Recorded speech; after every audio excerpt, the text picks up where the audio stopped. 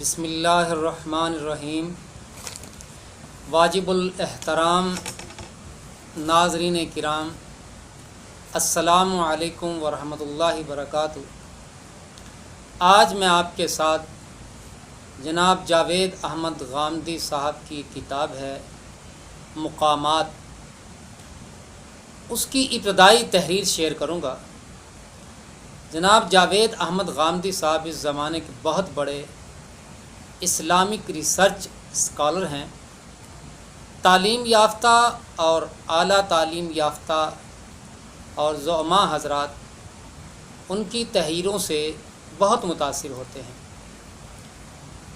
اس تحریر میں ان کے ایک ابتدائی واقعے کا ذکر ہے۔ اس واقعے نے جناب جاوید احمد غامدی کو حصول علم کے لیے ایک بنیادی اور شاندار اصول فراہم کیا۔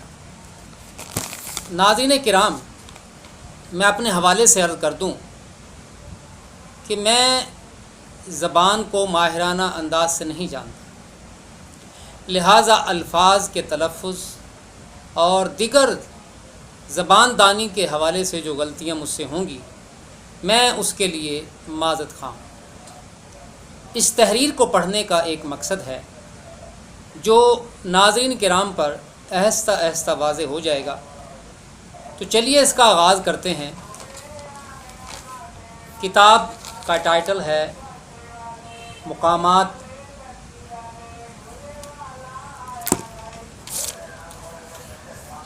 جناب جاوید احمد غامدی صاحب فرماتے ہیں کہ میرا آبائی وطن اگرچہ ضلع سیالکوٹ کا ایک قصبہ دادو ہے، لیکن میری پیدائش پاک پتن کے قریب ایک گاؤں میں ہوئی، اور میں اسی شہر اور اس کے سواد میں یعنی ارد گرد میں اس عمر کو پہنچا جب دماغ کبھی کبھی سوچنا بند کر دیتا اور دل کبھی کبھی دھڑکنا بھول جاتا ہے، اور ہم اس کے نتیجے میں جو کچھ کرتے ہیں اس پر ہم حیران ہوتے ہیں۔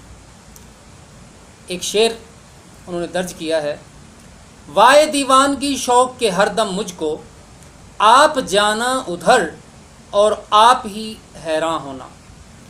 آج سے کم و بیش 20 سال پہلے اسی شہر کے ایک مدرسہ میں 6ٹھی یا 7ویں جماعت کا طالب علم تھا۔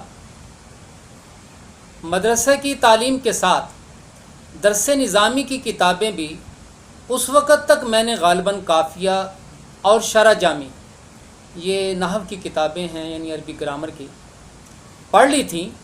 شہرستان علم کے در واہ ہو چکے تھے، دروازے کھل چکے تھے، اور میں اب کوچہ و بازار کی سیر دیکھنے کے لیے ہر روز عصر کے بعد شہر کی میونسپل لائبریری جاتا تھا۔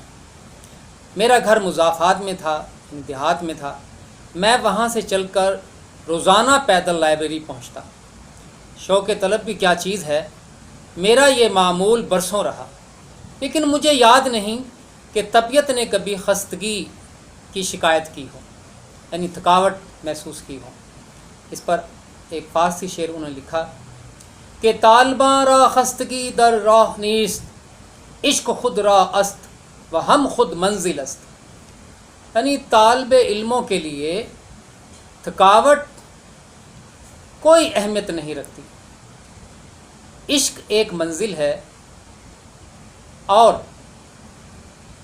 ایک راستہ بھی ہے۔ لائبریری کے راستے میں نے ایک روز دیکھا کہ ایک بینک کے دروازے پر پہرا دینے والے سنتری کی نگاہیں دور تک میرا تعاقب کر رہی ہیں۔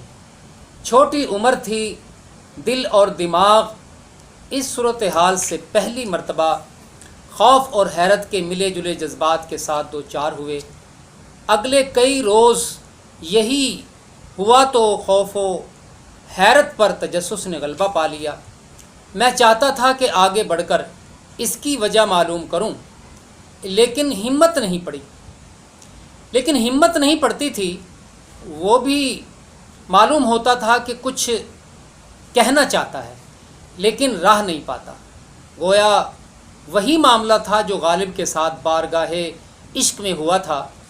ادب ہے اور یہی کشمکش تو کیا کیجیے، ادب ہے اور یہی کشمکش تو کیا کیجیے، حیا ہے اور یہی گو مگو تو کیوں کر ہو۔ بہت دن گزر گئے۔ ایک شام میں لائبریری سے واپس آ رہا تھا۔ میرے ہاتھ میں خلافت کے موضوع پر ایک علمی کتاب تھی۔ میں راہ چلتے اس کی ورق گردانی کر رہا تھا۔ مجھے خیال نہیں ہوا کہ بینک قریب آ گیا ہے۔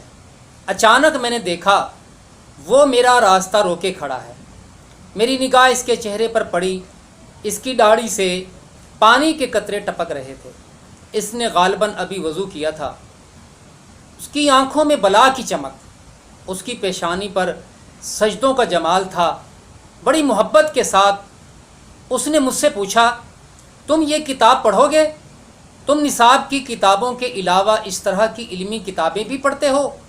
میں نے اقرار میں سر ہلایا تو اس نے کہا، تمہارے ہاتھ میں نے ایک عربی کی کتاب بھی دیکھی تھی۔ تم عربی جانتے ہو؟ جانتا ہوں، میں نے جواب دیا۔ تم نے عربی کہاں پڑھی ہے؟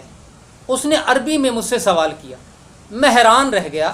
لمحہ بھر کے لیے مجھے اپنی سماعت پر یقین نہیں ہوا۔ میں کبھی اسے دیکھتا اور کبھی اس کے جسم پر سنتری کی وردی کو دیکھتا۔ میں نے خواص کے لباس میں جاہل دیکھے تھے۔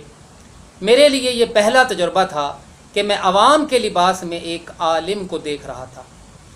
تم جو کتاب لے کر جا رہے ہو اسے پڑھ لو، ایک بڑے آدمی کی کتاب ہے۔ میں تمہیں ایک اور کتاب دوں گا جس میں اس کتاب پر علمی تنقید کی گئی ہے، تم کوئی رائے قائم کرنے سے پہلے اسے بھی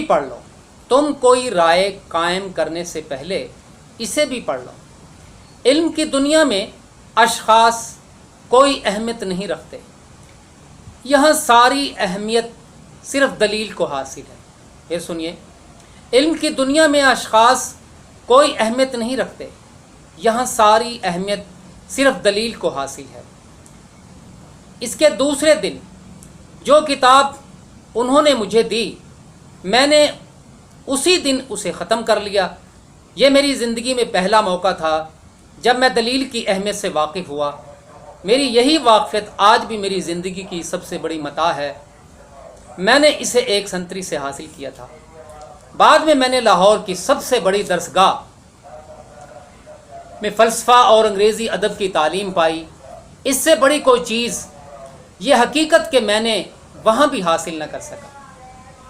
میں نے دوران تعلیم بارہا سوچا، کاش میرے سب ہم جماعت اور استاد بھی کبھی لائبریری جاتے ہوئے اس راستے سے گزرتے ہوتے۔